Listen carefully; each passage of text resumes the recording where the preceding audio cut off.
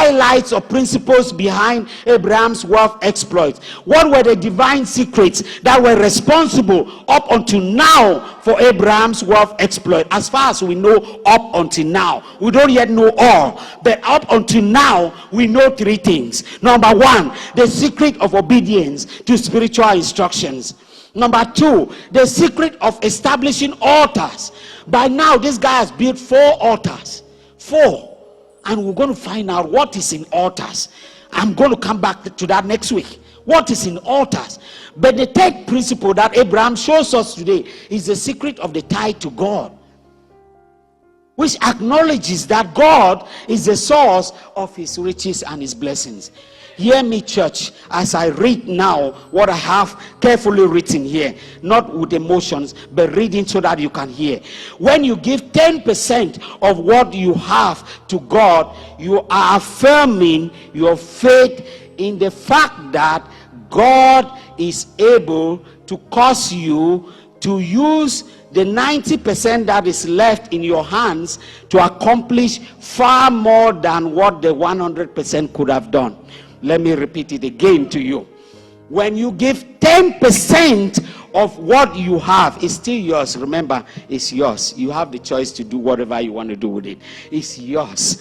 It's yours. That's why when those Ananias and Sapphira tried to lie, the apostle says, look, the land owed is yours. It was yours while you sold it. There's no need to come and lie.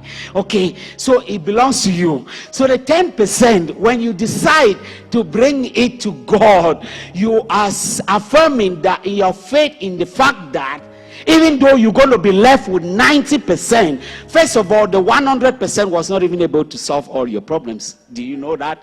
It wasn't able to solve all your problems. Now, removing 10% from it makes the matters even worse. The math even get messy.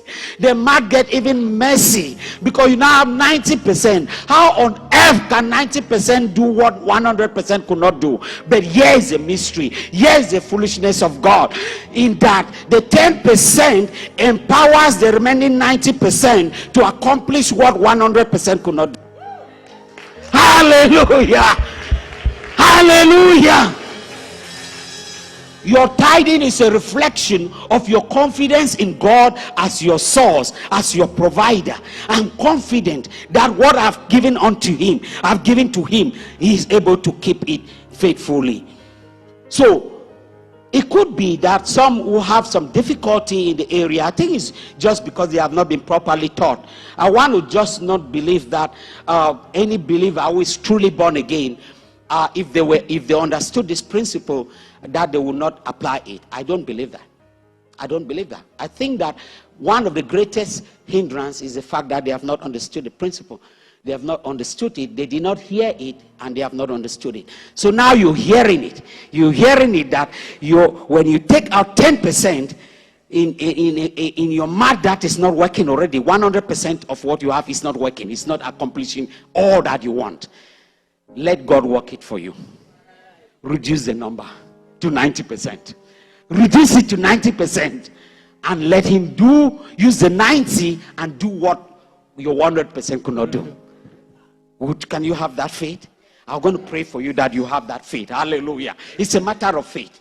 You can all have it. Yes, you can have it. You can have it. There are many people in this church who have that faith, and they have been doing it, and it's working, and they have not been broke.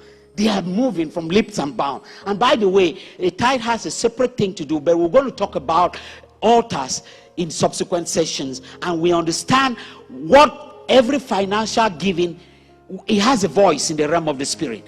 A tithe has its own voice that it speaks. Your offering has a different voice. So let's not be confusing all these things. No, some of us do these things. So they say you should give for a project, for fundraising. You turn your tithes and give it for fundraising. Don't do that. Okay, those were days of foolishness. We're going to start doing things rightly as people with a lot of spiritual wisdom and understanding. Because each finances you give has a voice, a specific voice. A tithe has its own voice. It has what it does. It rebukes the devourer for your sake and establishes you in financial prosperity, but you can't turn it to an offering. Hallelujah.